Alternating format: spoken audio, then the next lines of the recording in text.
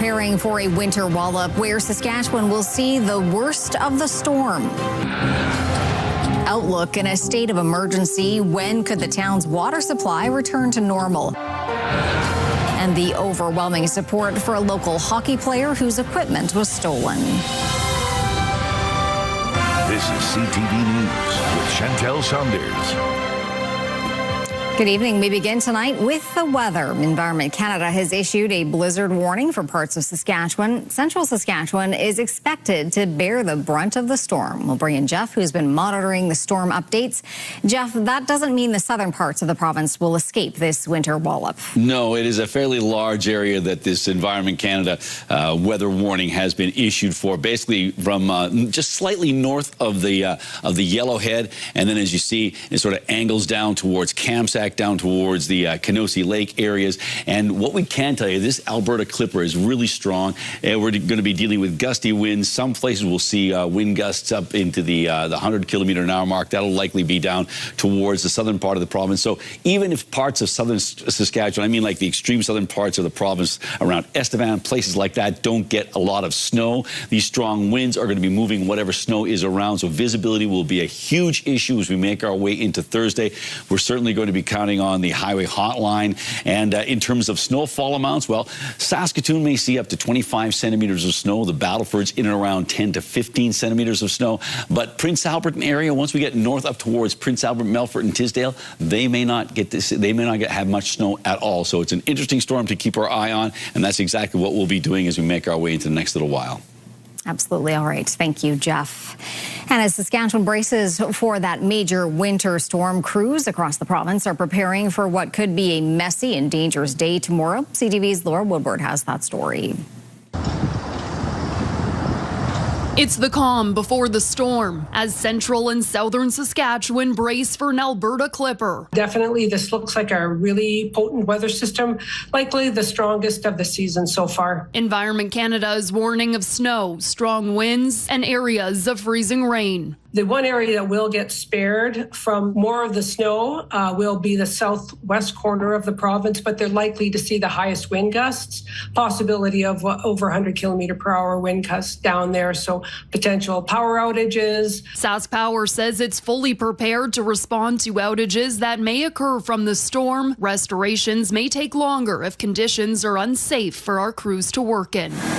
The heaviest snow is forecast southeast of Saskatoon, including areas along Highway 16 where visibility could be limited. Saskatoon Transit says it may adjust certain routes, warning some buses could be delayed as conditions worsen. Both Saskatoon and Regina are getting their arsenal of equipment ready. Equipment such as the snow plows, graders, blowers, payloaders, sanders, those types of things. We also have approximately 100 or so staff of our own that are ready to go. While the winter storm is expected to move out of Saskatchewan and into Manitoba by Thursday, the winter weather is unfortunately far from over. A blast of Arctic air is expected to move in shortly after the blizzard, with it bringing a sharp drop in temperatures. Laura Woodward, CTV News, Saskatoon. To Outlook now, where we are learning more about the local emergency put into place. A potential break-in at the local water facility has forced officials to take action and RCMP to investigate. Hallie Mandark has the story. The town of Outlook is currently in a state of local emergency as residents have been without water for more than 24 hours. It's been crazy. You don't know how much you appreciate having running water until you don't have it. It's because of a potential break-in at the town's treated water reservoir. According to RCMP, an unknown individual or individuals broke a lock at the facility in the early hours of Monday morning. RCMP say they continue to investigate and, quote, it has not been determined whether the suspect or suspects entered the outbuilding or that anything was stolen or tampered with. But town officials aren't taking any chances. So all those things, they add up together and can be quite frustrating. That said, we're very appreciative of the people in town who are looking out for their neighbors. They realize that we can't fix this overnight. Maintenance crews are currently in the process of removing the compromised water and sanitizing the reservoir. In the meantime, the residents of Outlook are remaining positive among the uncertainty. Pretty good so far, yeah, upbeat. But like we know it's only a few days, so we'll get through it, yeah. It's kind of ridiculous that we've come to this, but people are working together, pitching in, and helping each other out when they need to. So that's been nice to see. The town is providing residents with water jugs as it works to resolve the issue, and community members are instructed not to use the water for any purposes or attempt to treat the water themselves. Everybody's positive, everybody thinks, the water is going to come pretty soon. Everybody has been helpful, there's been resources to the town, so we're just grateful. There is no exact time as to when the community's water will be back to normal. However, officials have expressed that it will take a few more days at the earliest. Investigators say anyone who witnessed suspicious activity in the area is asked to contact police or Crime Stoppers. Hallie Mandrick, CTV News, Outlook. The Supreme Court of Canada is standing by its decision to convict a person involved in the murder of a woman whose remains were found near North Battleford. The Supreme Court upheld its first-degree murder conviction of Soaring Eagle Whitstone, which means she will continue serving her life sentence with no chance of parole for 25 years. Whitstone was one of 10 people accused in the killing of Tiki Lavadier in 2019 in North Battleford. Whitstone first appealed to the Saskatchewan Court of Appeal before taking her concerns to the country's highest court. Both courts upheld guilty verdicts. The Supreme Court says Whitstone is the queen of a North Battleford gang, and Lavadier was suspected to be a member of a rival gang who had information about the murder of Whitstone's great-nephew. An update now on a story we brought you yesterday about a local university student whose goalie equipment was stolen. What happened has struck a chord across the province and country. As Carla Shinkerick tells us, after our story aired, offers of help poured in, turning a disheartening loss into a powerful show of support. People could, put themselves in my shoes and be like, wow, I couldn't imagine just waking up one day and then boom, I can't go play hockey. Within hours of our story airing, Hudson Edwards and his family received numerous calls and texts and 6 offers from strangers ranging from money to equipment to replace the pricey items the family saved up to buy a few years ago. His mom, Tina Edwards, says it also struck a chord because of the strong ties hockey has to many in Saskatchewan and Canada. We had somebody contact us from Toronto. They had seen the story, and he has some old goalie equipment that he said he would love to get out to us.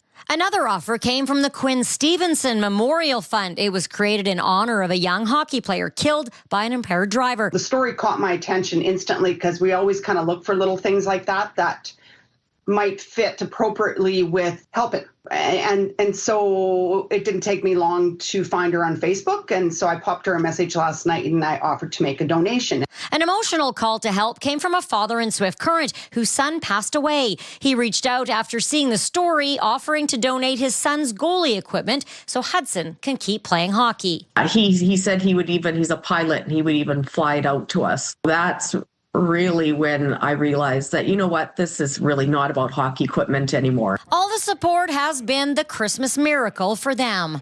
And sometimes we think that there's no good in this world and we hear only the bad stuff. And although this was a bad thing to have happen, so much good has come out of it. They are holding out hope that the original equipment finds its way home. The family says they're now processing the generosity and how to move forward. A huge thank you to everybody. It means so much to me. Carla Shinkerick, CTV News, Saskatoon.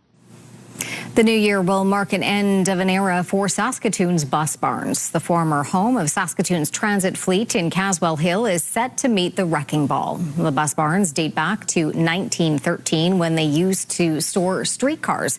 In 2017, the city moved transit to the Civic Operations Center near Montgomery Place. The city says the now vacant building is too old and updating it to current safety standards would be too expensive. But I think the city is looking forward to a new use for this location. Because we haven't been in there, it doesn't really offer a lot to the community and it doesn't offer a lot for civic operations. So with a new use, it could revitalize that area. The building is scheduled for demolition in the spring or summer. While many people still have a ways to go to finish their Christmas shopping this year, some Canadians are choosing to spend more on experiences over physical gifts. CTV's Stacey Hine has more on the reasons why. Christmas shopping is in full swing, but some gifts won't be placed under the Christmas tree. After surveying 1,000 Canadians nationwide, real estate services firm JLL found more people are choosing to spend more on experience and entertainment gifts and less on material goods than in previous years. Here in Saskatoon, some residents say experience gifts leave a lasting impression. My parents did bring me to a play at the Barn Playhouse as part of my Christmas gift, and that was a great experience, so love that. I prefer an experience gift, I think, because I think sometimes we get caught up in materialistic stuff. Others say they've mostly stuck with physical gifts. It's mostly been physical gifts. I tried to do the experience ones for my nephews more. But no, I haven't, but it's something I would certainly consider, or I wouldn't mind getting. The JLL report also found respondents plan to spend, on average, more than a third of their Christmas budget on experience and entertainment gifts. JLL says after years of spending on material goods following the pandemic, more Canadians are turning to experiences they find more rewarding. People have done a lot of spending coming out of COVID on fashion items. They've done a lot of spending on their homes. More and more people are seeing the opportunity to get that intrinsic reward for their consumer spending. Experience gifts can include everything from cooking classes and local entertainment to movie passes. So the experience is really customized for what that person wants to go and enjoy and the type of experience they want to have. They can also mean a local getaway, like a stay at Blackstrap Glamping Resort. And it's a gift of an experience. You get to experience the nature in Saskatchewan and a different sort of rental accommodations that people normally might not think about. But whether it's a gift or an experience, what matters most is the thought behind it. Stacey Hine, CTV News, Saskatoon. A group of Prince Albert Elementary students got to shop with a cop today, and as Jasmine Pelche was invited to tag along on this retail experience. I feel like it's this blanket because it's really soft. Prince Albert Elementary School students have been busy Christmas shopping. Blankets and like toys for my siblings and like chocolates for my grandmas. I'm getting like a cup for my sisters and socks for my bear and my blue truck for my little brother.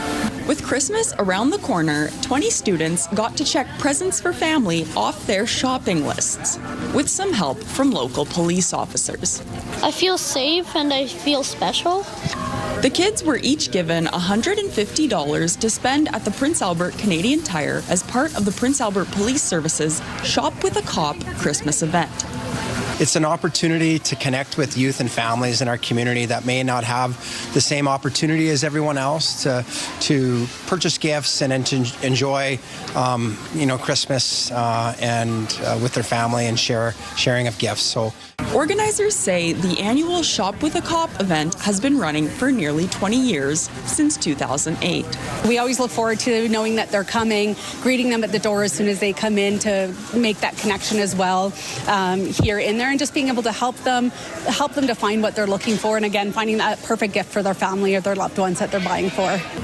Students are selected from a total of 4 schools in both the public and Catholic school divisions. Different schools are chosen each year to participate. Jasmine Pelche, CTV News, Prince Albert.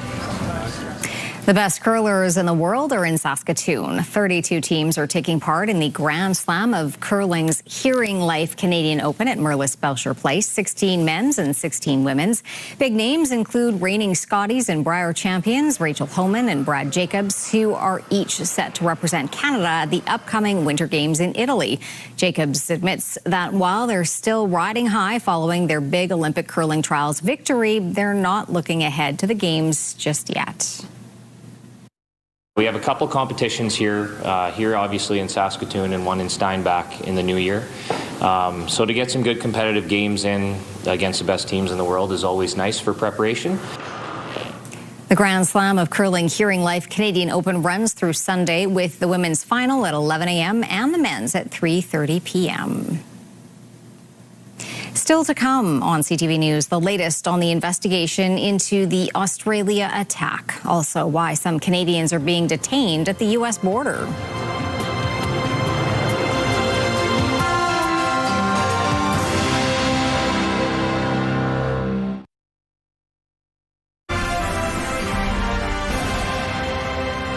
You're watching CTV News live from downtown Saskatoon tonight. Thanks for staying with us.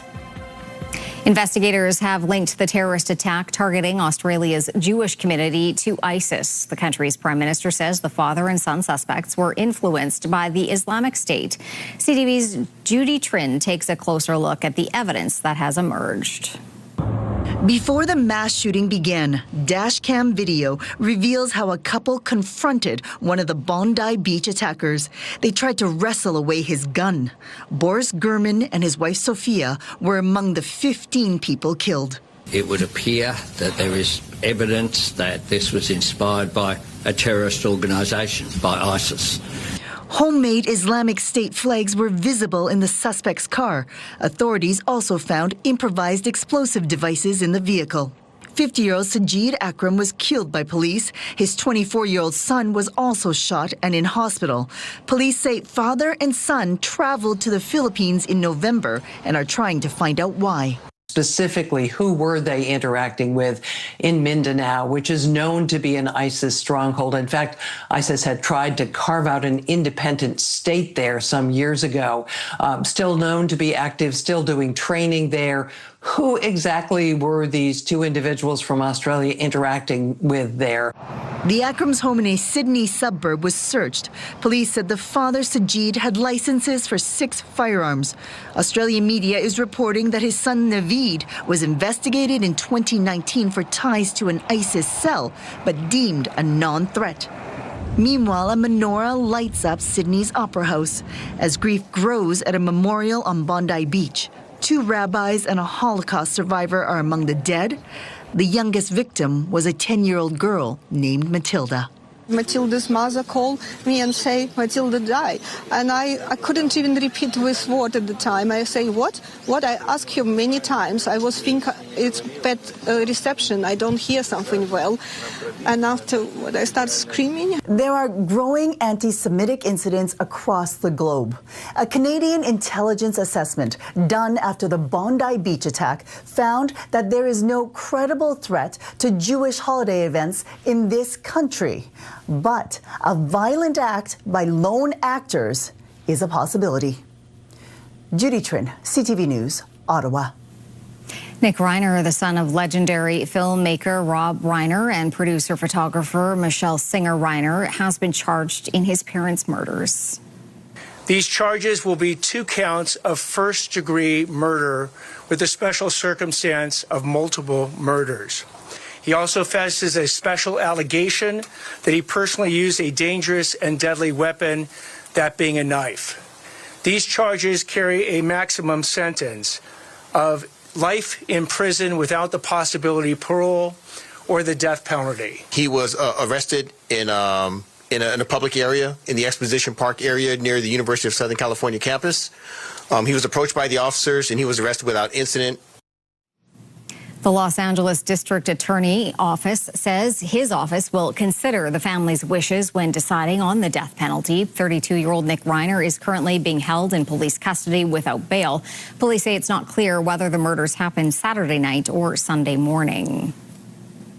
Some immigration experts are warning Canadians to avoid traveling to the United States unless they have to. It comes as data from U.S. Immigration and Customs Enforcement shows more Canadians are being detained following changes to U.S. immigration policies. Heather Wright reports. Ambassador Bridge, which connects Windsor and Detroit. It's where Greg Williams was detained by U.S. Border Patrol last month as he tried to enter the United States with his wife and dad. And then it was turn the car off, hands on the dash, and within seconds there were 15 agents surrounding the car. Williams says he was handcuffed and taken into a small room inside the nearby building. He was photographed and fingerprinted before ever knowing why he was being detained. I wasn't worrying about being sent to some, Ecuadorian supermax, which is very much white privilege of me, that it's like, I don't have to worry about those things, but that's also like, nobody should. Turns out there's another Greg Williams with some sort of a record that prompted the detention of this Greg Williams, an Ontario musician. This happened because I have the same name, and that's crazy. Williams was released after a couple of hours, but his story highlights the growing number of Canadians being caught up in the immigration crackdown underway south of the border. More than 200 Canadians have spent time in ICE custody at some point since January, compared with 137 detained in 2024. Records show at least 6 children were among those detained. While a handful of Canadians had felony convictions or other criminal records, the vast majority were picked up for visa violations or less serious infractions, which experts say marks a major shift in policy. For the most part, from what I've seen, we're looking at very minor criminal infractions, but sufficient to attract the radar of U.S. enforcement. Experts say in the past, Canadians would have been denied entry into the United States or sent back to Canada, but are being detained more frequently. Heather Wright, CTV News, Toronto.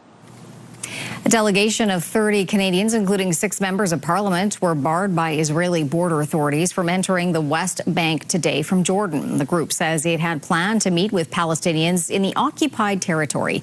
Annie Bergeron-Oliver reports. It was here at the Allenby crossing that the Canadian delegation waited for hours, only to be told by Israeli border agents they could not enter the occupied West Bank. We actually felt like criminals at the border, as if we are coming here to actually commit a crime. The delegation, organized by the nonprofit the Canadian Muslim Vote, intended to spend 3 days talking to refugees, aid groups, along with Muslim, Jewish and Christian individuals in the West Bank. Instead, 30 people, including 6 MPs, 1 NDP and 5 Liberals, were turned around, with 1 MP claiming she was pushed.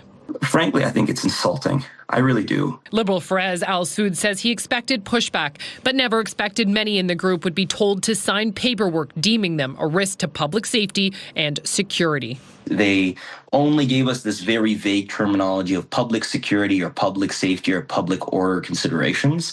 And when we pried just a slight bit, they pushed back significantly, making it clear that they did not need to provide any reasoning. The group has no intention on trying to cross again and says this rejection is part of a pattern by the Israeli government. There's been a recent pattern of UN employees, of journalists, of humanitarians, and also parliamentarians from other countries, including the United Kingdom, that have been refused entry. Israel's embassy to Canada says the delegation was denied entry because organizers have links to Islamic Relief Worldwide, which Israel considers a terror entity due to its alleged ties to Hamas, ties the aid group has denied. Annie Bergeron-Oliver, CTV News, Ottawa. The Canadian government plans to open consulates in Greenland and Germany, or Alaska rather. The decision is intended to strengthen Canada's presence in the Arctic, which is of increasing interest to the U.S., China and Russia. There were plans to open a consulate in Greenland, but it was postponed because of weather. No date has been set for the opening of a consulate in Anchorage. Skate Canada has decided it will not host national and international level events in Alberta. The decision is related to a provincial law that restricts transgender athletes from participating in female-only sports.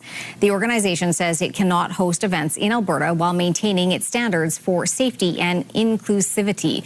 No national or international events were currently scheduled to be held in the province. The move does not affect the participation of Alberta athletes in Skate Canada events.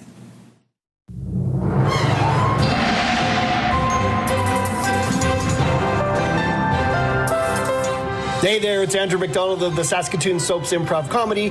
Can't wait to see you this Friday night at the Broadway Theatre, 8 p.m. The Saskatoon Soaps present A Miracle at Nakatomi Plaza. We are doing it in support of Haven Kids House. One small problem. We don't have a weatherman for the show, and international improv rules state every performance must have some kind of weather representation there. I'm at a loss. Frankly, Jeff, do you have any good ideas? Also, Jeff, what's the weather going to be like Well, let me answer that first question first. You know I have no good idea, so let's just move on to the last one. What's the weather going to be looking like? Well, things are actually looking not bad. It's not going to be like Wednesday weather, that's for sure. Let's take a quick look at Friday. Friday, we are anticipating a daytime high of minus 11 degrees. Some light snow, maybe up to 5 centimeters of snow, but right now we'll go with that. Minus 11 degrees, as I mentioned. Showtime is 8 o'clock Friday night at the Broadway Theater, and you can go to the Broadway Theater website to get your tickets. Once again, in support of Haven Kids House.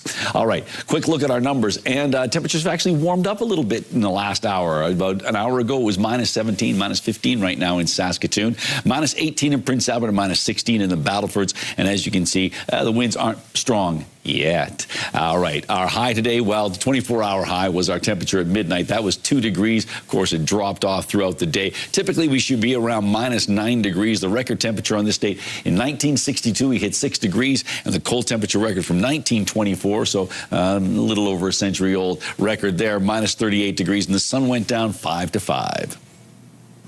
Coming up, a trip through the ages, how one holiday display is taking some seniors on a trip back in time.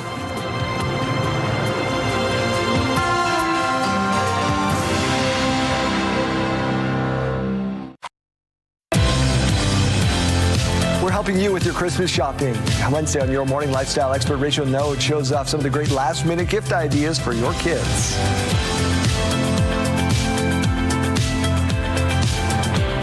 All right, taking a quick look through the live lens of Skycam. Things look rather placid right now, a pretty pleasant situation. That is going to look decidedly different 24 hours from now as the snow and the wind inundate a large portion of Saskatchewan, including Saskatoon. But let's take a look at our satellite radar shot here. Just want to point out, you know, we haven't talked about it much because we're concentrating on the snow in our area. But yes, parts of the west coast from the United States up towards southern BC, they're still getting hammered by these atmospheric rivers. So that part of the country still dealing with that situation. But for us, this Alberta Clipper is picking up speed, really not starting to impact Edmonton until probably 6 in the morning. And then as it makes its way through Saskatchewan, probably by the time we get towards 9 o'clock in and around Saskatoon, that's when we expect to see the most significant part of the snowfall start showing up. And of course, it's going to be some very strong winds, as we heard earlier on, down in the southwestern corner of the province. There may be some the wind gusts up around 100 kilometers an hour.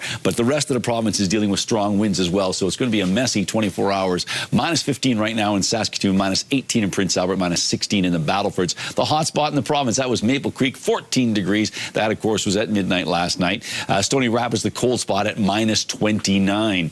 Around the province we go. Well, currently it is minus 14 in Lloydminster, minus 2 in Swift Current, minus 5 in Moose Jaw, minus 16 in Yorkton, minus 11 in Regina, and minus 7 in Estevan.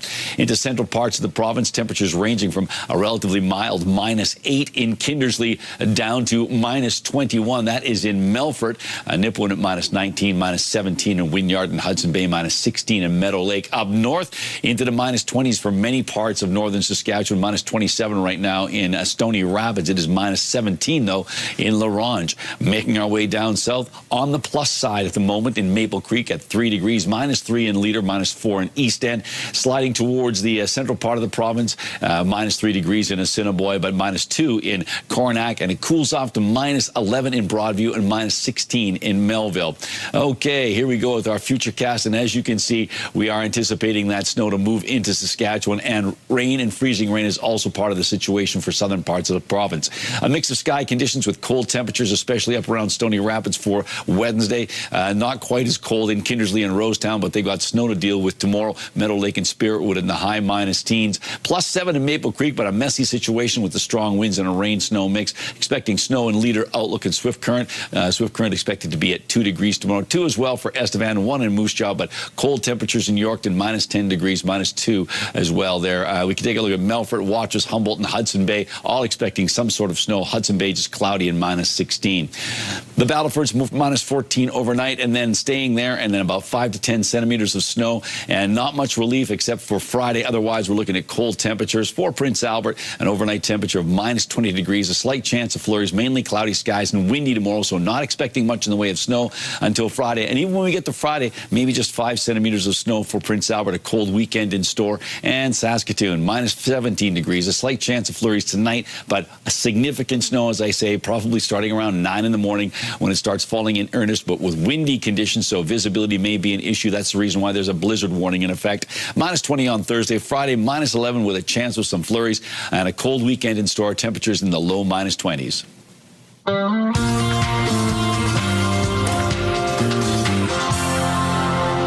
don't tell you how to run your life, so don't tell me how to run mine, okay?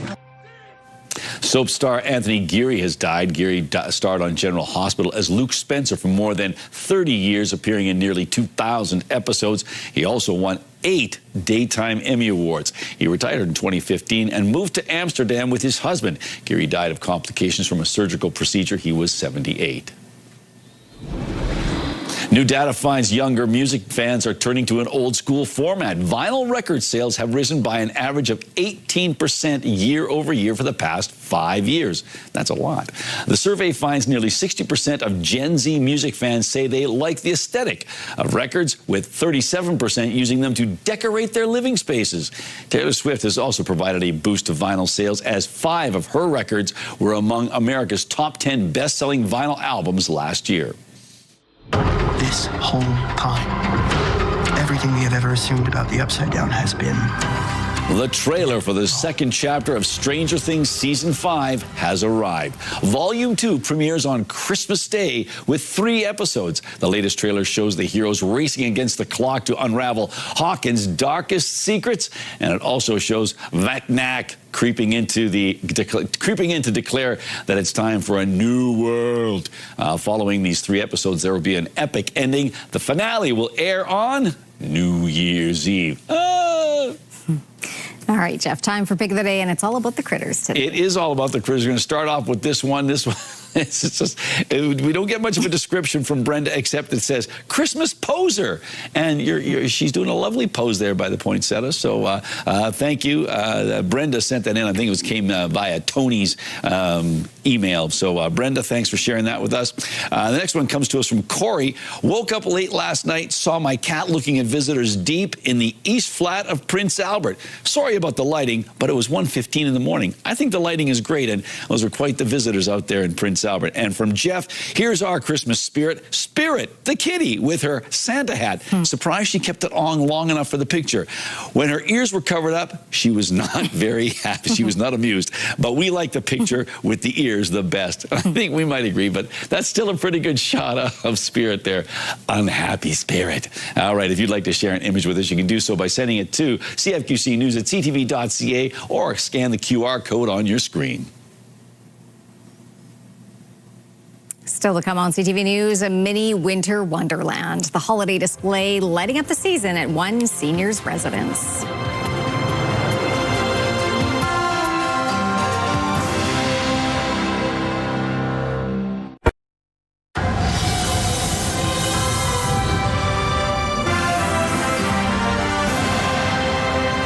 Retirement residence in Eastern Ontario has created a special display to bring holiday cheer to its residents and their families. CTV's Dave Charbonneau on the magic and memories it's creating.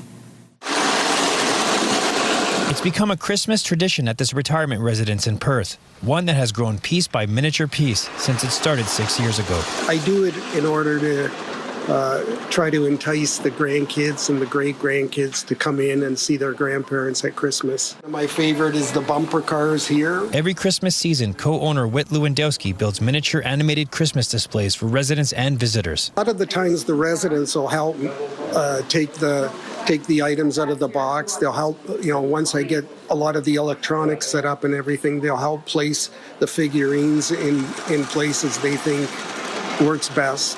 The displays help create a sense of home and connection during the holidays. This is our home now, and a lot of us can't have great big trees and great big families around all of the time. And Lanark Lifestyles is a place where we can all gather, and it's just like home. And for many, the details bring back memories from long ago. I like the merry-go-round. It reminds me of when I was, little kid. Yeah, but they're all very nice. I always liked the skating rink. I used to love to skate, so that brings back good memories. The displays also now creating new memories. It's amazing. It's just amazing. Yeah, and it's so attractive for residents and visitors, and especially young children. A lot of the grandkids will come and play with it, and I don't have signs on it, do not touch or anything else. If something breaks, we have glue. A collection of tiny details built on kindness and the spirit of the season. A reminder that even the little things can spread so much joy. Dave Charbonneau, CTV News. When we come back, a Saskatchewan art gallery gifted a special collection. And later, what had the Santas dashing through the streets.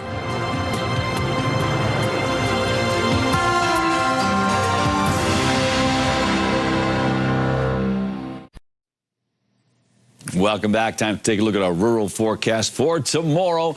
And temperatures in some places will be actually not too bad, close to seasonal, or even warmer than that. And that includes places like Kindersley and Outlook and not so much Watrous, but those places in the minus single digits. But yes, the big deal is going to be the snow. So just basically north and south of the Yellowhead, north of the Yellowhead, and then pretty much all of southern Saskatchewan, not the entire right down to the border, but that is the kind of situation we've got. I'll step out of the way here and we can take a look at these numbers. As I mentioned earlier on, some places aren't expecting to be part of this snow event. That includes Meadow Lake, Spiritwood, and Hudson Bay. I'm not sure if Melfort's going to get much in the way of snow at all. Down south, a different situation. Some places like Assiniboia may be getting rain, and that rain later in the day might choose to change into freezing rain. So a real mix of bad weather, for lack of a better phrase, in southern Saskatchewan. So how will it affect Hafford? Well, let's take a look.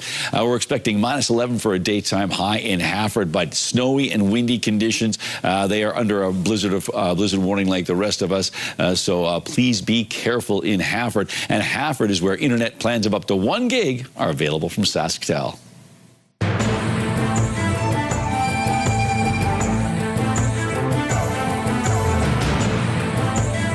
Greetings, everyone.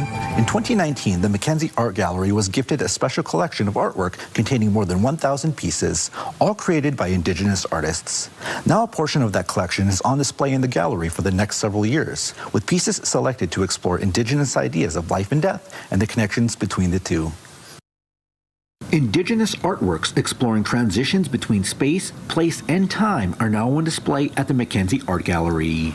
More than 200 pieces collected from across North America make up the exhibit titled Death Boat and Other Stories. Just the difference of different artworks, the different styles, the craftsmanship, the beauty of the stories are all open to interpretation if they want, or they can ask someone and be educated on what it is. Edmonton collectors Thomas Drouin and Alice Ladner began acquiring Indigenous art in 1992, eventually amassing more than 1,000 pieces. This collection became known as the Campbell-Macker Collection. Death Boat and Other Stories are selections from this collection. The pieces on display all range in art styles and age, with some pieces being more than 100 years old. We don't consider artworks from the past as artifacts per se. They're still artworks. They're still telling a story. Even if they're tourist works, I've shown some of those too because they also have their importance. A major focus of the collection was finding exquisite pieces from lesser-known artists and getting them into galleries. There are a number of recurring themes throughout the collection, including supernatural beings, animals, depictions of customary practices, and Indigenous worldviews. Some of the oldest pieces are not attributed to anyone, but questions to when and where they came from have been answered.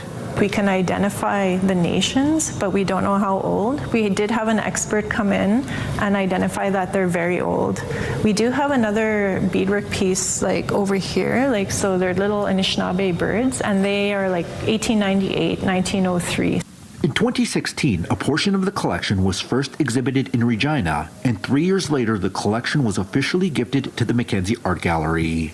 Death Boat and Other Stories is scheduled to be shown until May 2027. Indigenous Circle, brought to you in part by Saskatchewan Indigenous Enterprise Foundation, growing the First Nation entrepreneurial spirit. Some sad news for the Riders today. A Canadian Football Hall of Famer and a member of the 1966 Grey Cup championship team has died.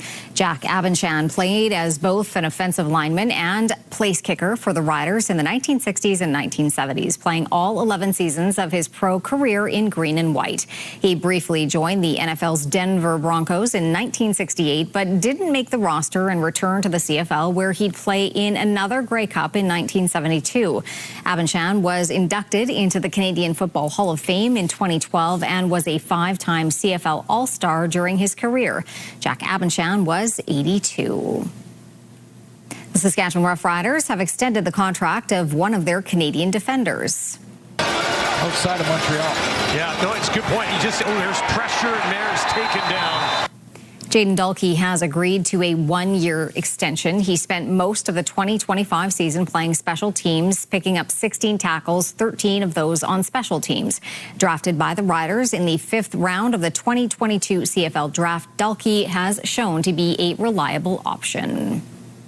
The center still is rookie Michael Juergens. Ball looks to fade left side and back left to the end zone. Touchdown. The Riders also signing American receiver Malik Knowles, who spent time with the NFL's Minnesota Vikings, Green Bay Packers, and San Francisco 49ers, although he never played in any regular season games. In 5 seasons with Kansas State, he caught 14 touchdowns and scored on 3 kickoff returns.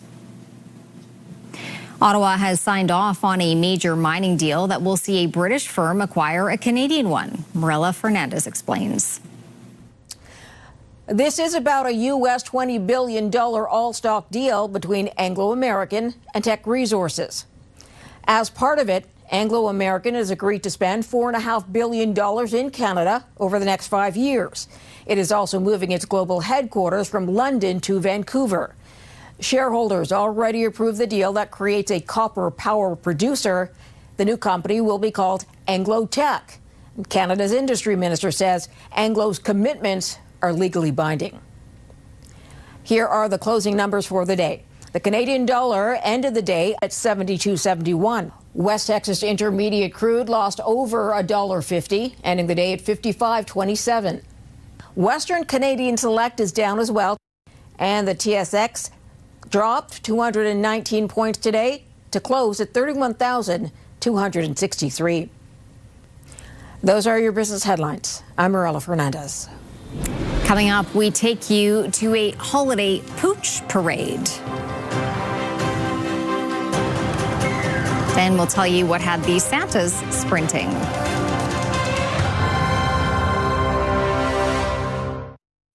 Select Hair Services brought to you by Sage, the beauty bar.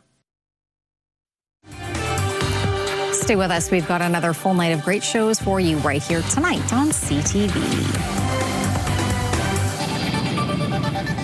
Well, in Bolivia, pet owners hit the streets in La Paz for a special Christmas parade. It's a dog parade. Both the animals and their owners turned out in costume to celebrate the season. The parade was also an opportunity for people to stop and get their pets vaccinated, since it was a requirement to participate. Fun was had by all, by the looks of things. Well, there you go. And I think we got some shots of some Santa dogs. Cloud dog. A cloud dog, I think so. Yeah. That's what we think. That's what we're guessing. Yeah. Yeah. There's some Santas. Festive Santas. You bet. Yeah. Well, speaking of festive, thousands of festive runners dressed up as Santa Claus for a good cause in Kosovo.